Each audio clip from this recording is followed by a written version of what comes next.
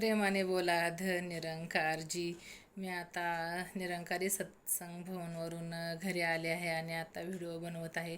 सकाळी सत्संगला जायचं होतं म्हणून व्हिडिओ बनवायला उशीर झाला म्हणून बनवला नाही. कोण दिसेल कैसा नाही ध्येयाचा भरोसा. मी एका रविवारी पण सत्संग भवनला गेले होते. एका महात्माचं लग्न होतं म्हणून.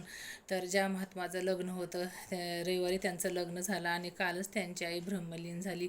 बघा, वरमाई एकच दिवस राहिली. त्यांना वाटलं तर असेल काय रविवारी मुलाचं लग्न होईल आणि सोमवारी ते ब्रह्मलीन होतील म्हणून. आणि सत्संग भवनवर जे त्यांच्या लग्नाचे हे पोस्टरसुद्धा काढलं नाही. खूप वाईट वाटलं गेल्यावर ऐकल्यावर. कोण दिसा येईल कसा नाही देहाचा भरोसा. ह्या कलियुगामध्ये माणसाला आयुष्य तर खूप कमी आहे.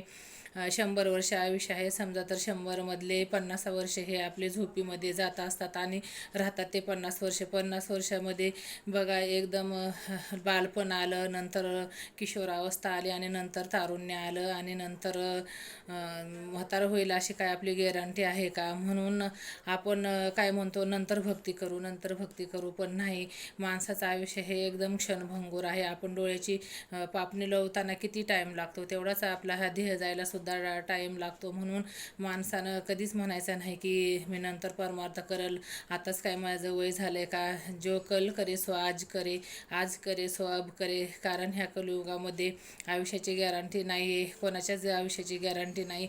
तारुण्य तर असंच, जवानीत त्याला काहीच देव दिसत नाही आणि म्हातारपणी आपण भक्ती कशा करू शकणार. कानाने ऐकू येणार नाही, डोळ्याने दिसणार नाही आणि एकदम अशी अवस्था, शरीरामध्ये काहीच ताकद वगैरे राहणार नाही. म्हणून आलेल्या दिवसाचा आपण प्रत्येक दिवशी आनंद घ्यायचा आहे. सेवा सत्संग सुमिरन करायचं आहे आणि आलेलं क्षण हे एक मात्र हे आपल्याला सत्कार्याला लावायचं आहे. आपलं कर्म हे चांगलं बनवायचं आहे आणि जीवनामध्ये सद्गुरू करायचं आहे. प्रत्येकाने प्रेमाने बोला निरंकारजी.